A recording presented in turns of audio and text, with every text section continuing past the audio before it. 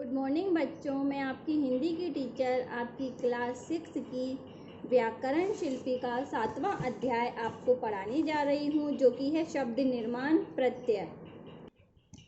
बच्चों देखिए और पढ़िए। ये आपको चित्र में 3 चित्र दिखाई दे रहे हैं इस बुक में। तो ये पहला चित्र है फूल बाला, दूसरा है ये व्यक्ति है धनवान, और ये है खिलौना। बच्चों समझिए, आपने तीनों चित्रों को देखा, उसमें फूल, धन और खेल के अंत में वाला, वान और औना जोड़कर फूल वाला, धनवान और खिलौना शब्द बनाए गए हैं।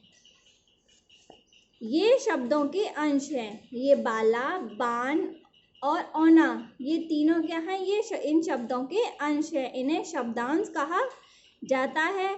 अतः शब्द के अंत में जोड़कर उनके अर्थ में विशेषता या परिवर्तन लाने वाले शब्दांश प्रत्यय कहलाते हैं।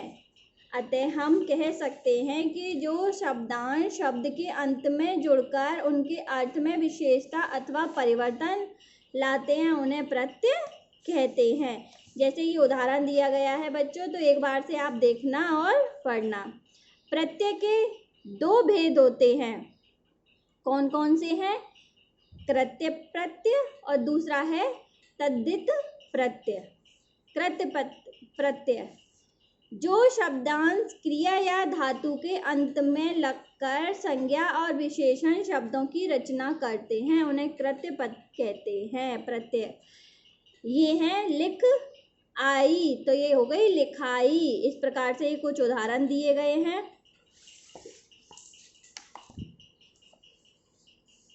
कृत्य प्रत्यय के ये कुछ और अन्य उदाहरण दिए गए हैं। ये कृत्य प्रत्यय हैं, ये इनके मूल शब्द हैं और ये उदाहरण है। ये बॉक्स में दिए गए हैं, इन्हें आप अच्छी तरह से पढ़ना और याद करना।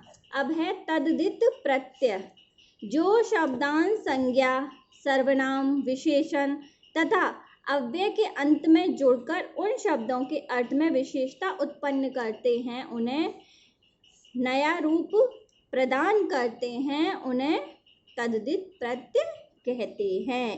जैसे चाचा, ये एक संज्ञा है, और एरा ये प्रत्यय, तो ये हो गया चचेरा। इस प्रकार से ये भी कुछ तद्धित प्रत्यय के उदाहरण दिए गए हैं। तो एक बार से आप देखिए, पढ़िए और इन्हें याद करिए। उपसर्ग और प्रत्यय का एक साथ प्रयोग। कुछ शब्दों की रचना में उपसर्ग और प्रत्यय लगाकर होती है। तो इस प्रकार से देखिए, ये उपसर्ग है, ये इनके मूल शब्द है, ये प्रत्यय है और ये नया शब्द बना। इस बॉक्स को आप एक बार से बच्चों देखिए और याद करिए।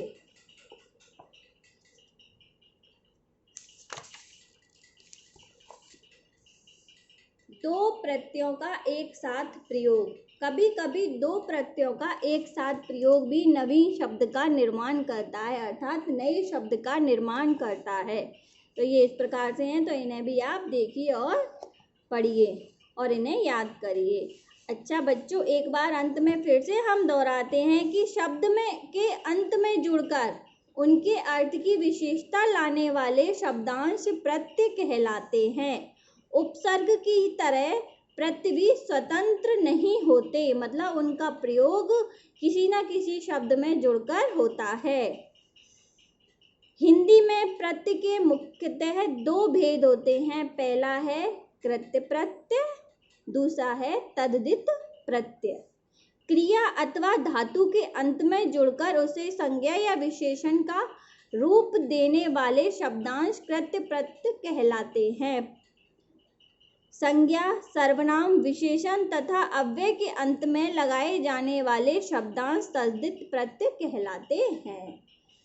बच्चों, ये आपके कुछ अभ्यास प्रश्न दिए गए हैं, जो कि आपको आपके साप्ताहिक गृह कार्य में दे दिए जाएंगे, बता दिए जाएंगे। धन्यवाद।